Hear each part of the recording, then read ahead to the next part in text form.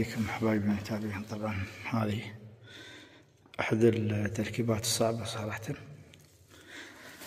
أنه المالك ما يبغي يخرب الديكور.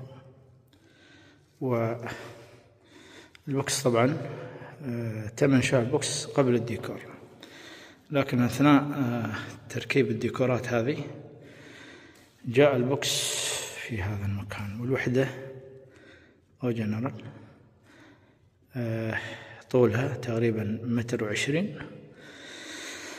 وبالتالي تلاحظون أن المنطقة هذه راح تكون فاضية. كسرت شوي هني على أساس أنه بيب التصريف يأتي ويدخل من هني. أوكي، ماسورات راح تكون في هذا المكان.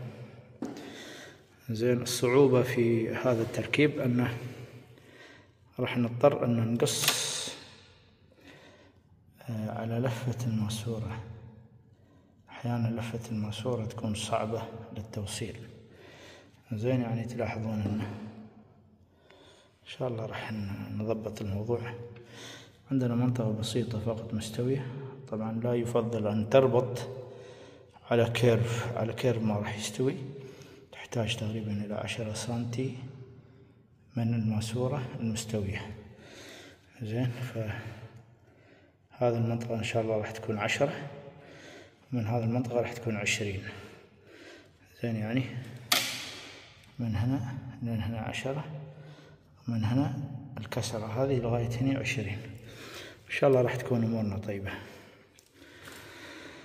زين، هذا كله بس أساس إنه يكون عندنا هني 10 سنتي على قاعدة الوحدة هذه، وإن شاء الله راح تضبط الأمور معنا. مشكلة فقط في التوصيل.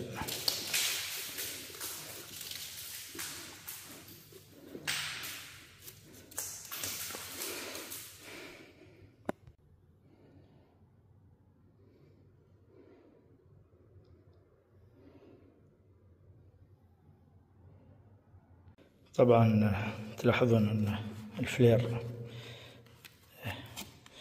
مجيم هني في المنطقة، لأن منطقة الكيرف صراحة راح يكون من الصعب أن نوصل. فقط نحاول أن نعطي مجال لقبضة الفلير أنها تمسك، لأنه إذا ما مسكت راح تكون عندنا مشكلة صراحة في عمل الفلير.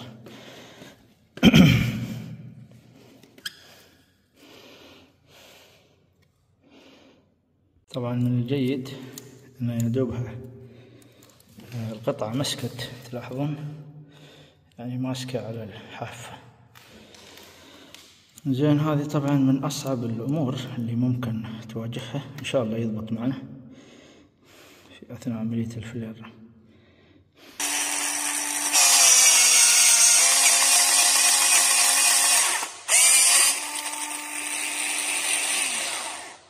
طبعا أمورنا طيبة، ضبط معنا. المشكلة الفلير في الكيرف هيكون صعب. زين، هيكون صعب جدا صراحة، لذلك نتجنب الكيرف. زين، شوفوا حتى ضارب هني، لأنه ما خلاص ما يرجع.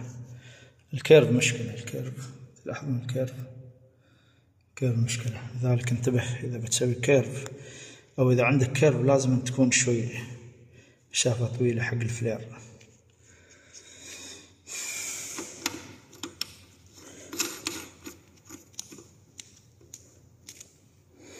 هذا ما عندنا مشكلة فيه، الفلير راح يجي طبيعي.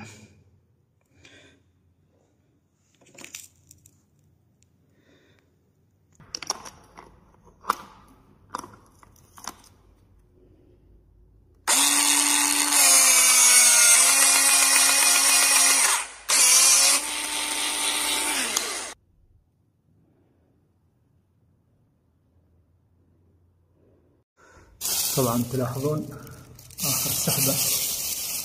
زين، على اليمين راح تكون محاذاة الديكور. سحبناها للداخل، يكون في فرق تقريبا 8 سم، وهذا شيء جيد. زين، هذه مشاكل. البعض ممكن يطلب أشياء يعني تصعب عليك الأمور.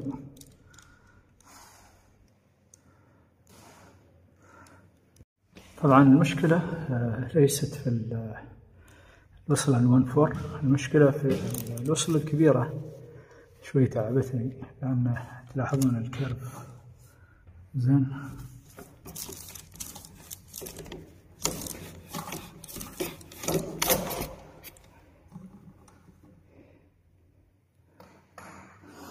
جاي على كيرف، هذا مشكلة. زين، يجب الانتباه لهذه الأمور. أرجو من الله العلي العظيم أن أكون قد وفقت في إيصال هذه المعلومة، ونلتقي إن شاء الله معكم في لقاءات أخرى نتعلم مع جمال. إذا أعجبك المقطع لا تنسى الاشتراك بدال الإعجاب، أيضا نشر محبكم. نشوفكم على خير إن شاء الله.